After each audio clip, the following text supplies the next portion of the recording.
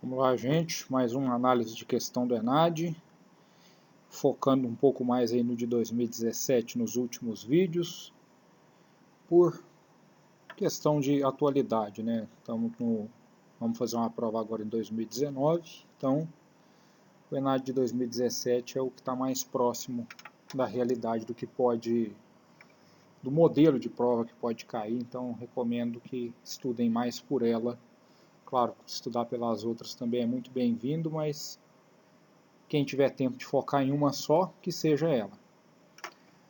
Hoje vamos analisar a questão objetiva 24, do ENAD de 2017. Bom, um sistema massa-mola amortecedor é descrito pela seguinte equação diferencial linear de segunda ordem. M, x dois pontos, mais B, x ponto, mais Kx é igual a F de t, em que x representa o deslocamento do objeto, F a força aplicada, M a massa do objeto, B o coeficiente de amortecimento e K a constante da mola. M, B e K são constantes reais, positivas e, conforme os valores desses três parâmetros, o sistema apresenta formas distintas de resposta. Considerando que o referido sistema está inicialmente em repouso e uma força integral unitária é aplicada à massa, avalie as afirmações a seguir. 1. Caso os três parâmetros M, B e K sejam unitários, o sistema possuirá um par de polos complexos conjugados e, portanto, sua resposta será do tipo oscilatória com amplitude decrescente ao longo do tempo. Afirmação 2. Caso o coeficiente de amortecimento seja nulo, a resposta do sistema será oscilatória com amplitude crescente ao longo do tempo. Afirmação 3. Caso os três parâmetros M, B e K sejam tais que o sistema possua dois polos reais, a resposta não apresentará oscilações. E temos 5 opções aqui para dizer quais são as afirmativas corretas. Se é somente A1, somente A2, A1 e A3, A2 e A3, ou todas as afirmações.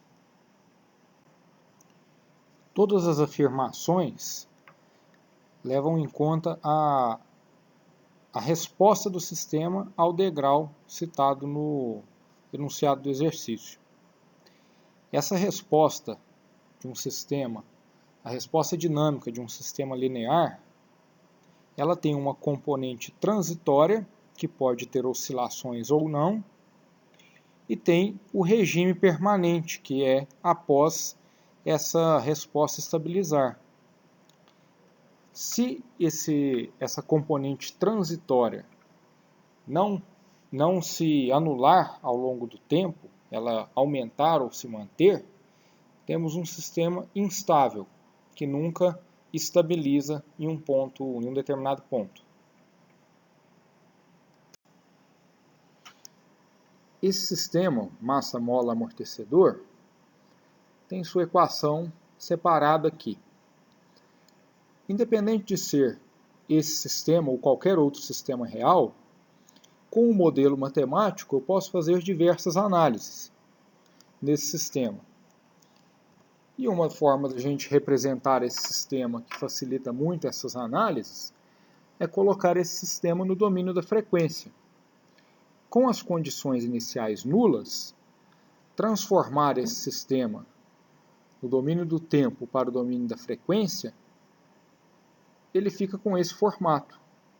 mx, s ao quadrado, mais bxs, mais kx é igual a f.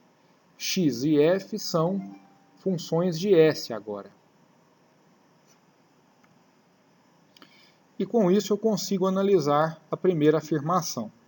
Caso os três parâmetros M, B e K sejam unitários, o sistema possuirá um par de polos complexos conjugados e, portanto, sua resposta será do tipo oscilatória com amplitude decrescente ao longo do tempo. Para encontrar os polos desse sistema, a gente primeiro isola o x coloco o x em evidência. Eu tenho ms ao quadrado mais bs mais k dentro do parênteses, multiplicando o x. Isso é igual a f. Colocando essa equação numa forma de uma função de transferência, eu tenho x sobre f é 1 sobre ms ao quadrado mais bs mais k. Me foi informado com a afirmação 1 que m, b e k é igual a 1, são unitários. Então, x sobre f é igual a 1 sobre s ao quadrado mais s mais 1. Realizando um simples Bhaskara aqui no denominador, eu consigo encontrar os polos. E aí a gente volta lá no conhecimento que obtivemos lá no segundo grau, para perceber que eu já tenho um delta igual a menos 3. Isso realmente vai me dar polos complexos conjugados, pois eu terei uma raiz de um número negativo ao resolver as minhas raízes do denominador, que são os polos. Então, eu tenho, de fato, com polos complexos conjugados. Primeira parte da afirmação, ok. Se eu tenho polos complexos conjugados, realmente eu tenho resposta ao degrau do tipo oscilatória. Esses polos, eles vão, se o sistema é estável, essa resposta vai me dar valores, essa resposta ao degrau vai ter uma parte oscilatória que vai decrescer ao longo do tempo. A gente vai ver daqui a pouco como é que essa resposta, como é que esse sistema se comporta. Então, a afirmação 1 é verdadeira. Aqui está a resposta desse sistema, feita lá no Octavia Online. Daqui a pouco eu dou alguns detalhes sobre isso.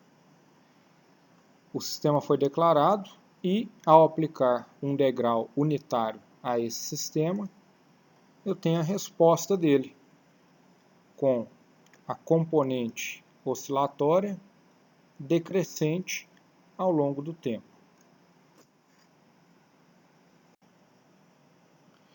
Afirmação 2. Caso o coeficiente de amortecimento seja nulo, a resposta do sistema será oscilatória com amplitude crescente ao longo do tempo. Bom, uma das formas de a gente escrever um sistema de segunda ordem é apresentado aqui. Eu tenho o ganho natural do sistema, K, sobre S ao quadrado mais 2αs mais ômega n ao quadrado. O zeta, que é o coeficiente de amortecimento, é igual a alfa sobre ômega n. E ele está informando para a gente que esse zeta é nulo. O coeficiente de amortecimento menor ou igual a zero implica num sistema instável. Vamos analisar essa regra aqui. Coeficiente de amortecimento maior que 1. Aí o termo amortecimento.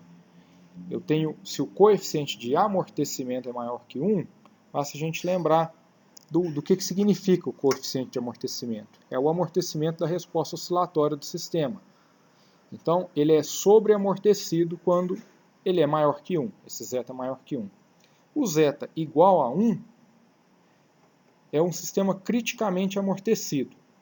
Em algumas literaturas ele nem aparece. Os polos reais serem iguais. O coeficiente, o sistema criticamente amortecido é simplesmente dado como um sistema sobreamortecido. 0 menor que zeta menor que 1, ou seja, o zeta está entre ambos, não inclusos, não é igual a 0 nem igual a 1, está entre eles, implica em polos complexos conjugados, que é o caso da afirmação 1. É um sistema subamortecido. E zeta menor ou igual a 0 já implica num sistema instável. É um sistema que a sua resposta nunca vai se estabilizar. Sua resposta ao degrau nunca vai se estabilizar. Ele dizer que o coeficiente de amortecimento é nulo implica que a resposta é oscilatória com amplitude crescente, eu poderia afirmar que essa resposta realmente, que essa afirmação está correta. Mas um sistema instável não obrigatoriamente apresenta resposta oscilatória. Vamos ver dois exemplos aqui, onde eu tenho um zeta igual a zero e duas respostas totalmente diferentes. Primeiro caso, o meu sistema é dado por 1 sobre s ao quadrado mais 4. O zeta desse sistema é zero. Eu tenho uma resposta oscilatória com amplitude fixa, só que esse sistema é instável pelo fato de que essa resposta a resposta oscilatória nunca será igual a zero. E o segundo caso, onde eu tenho outro sistema com zeta igual a zero, 1 sobre s ao quadrado menos 4, eu tenho que a resposta oscilatória do sistema é um exponencial com o termo positivo. É e elevado a alguma coisa t. Esse número, esse alguma coisa que eu disse, é um número real.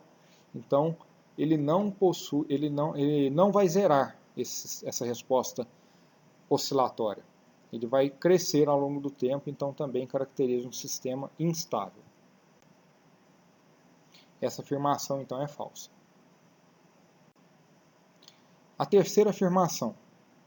Caso os três parâmetros m, b e k sejam tais que o sistema possua dois polos reais, a resposta não apresentará oscilações. Voltando na nossa definição do zeta, polos reais indica que o zeta é maior ou igual a 1. O sistema é sobreamortecido ou criticamente amortecido. Então ele está encaixado nesses dois casos aqui. Ele não é complexo conjugado e nem instável. Esse caso aqui é de um sistema subamortecido, quando o zeta está entre 0 e 1. A resposta tem uma componente oscilatória que com o tempo ela tende a zero, essa resposta oscilatória. Aqui destacada. Já o sistema com polos reais, sejam distintos ou iguais, seja o sistema sobreamortecido ou criticamente amortecido, eu tenho um sistema que não apresenta oscilações, ele tem apenas um amortecimento até chegar num estado final, que é o regime permanente desse sistema. Então, caso esse sistema tenha dois polos reais, de fato, ele não apresentará oscilações. Essa afirmação é verdadeira. Temos então a afirmação 1 verdadeira, 2 falsa e 3 verdadeira. E o que temos para afirmar a opção que temos que concorda com nossas análises é a letra C. 1 e 3 são corretas, são afirmações corretas. O que está de acordo com o gabarito. Lembrando que o gabarito também está disponível lá no site do INEP, não só a prova. Temos o gabarito e temos um padrão de resposta para as questões discursivas também. Bom, usei para essa aula o livro do Maia e do Dorff, já foram usados aqui em outras aulas, e como novidade, para fazer a resposta ao degrau dos sistemas exemplificados, eu usei o Octave online.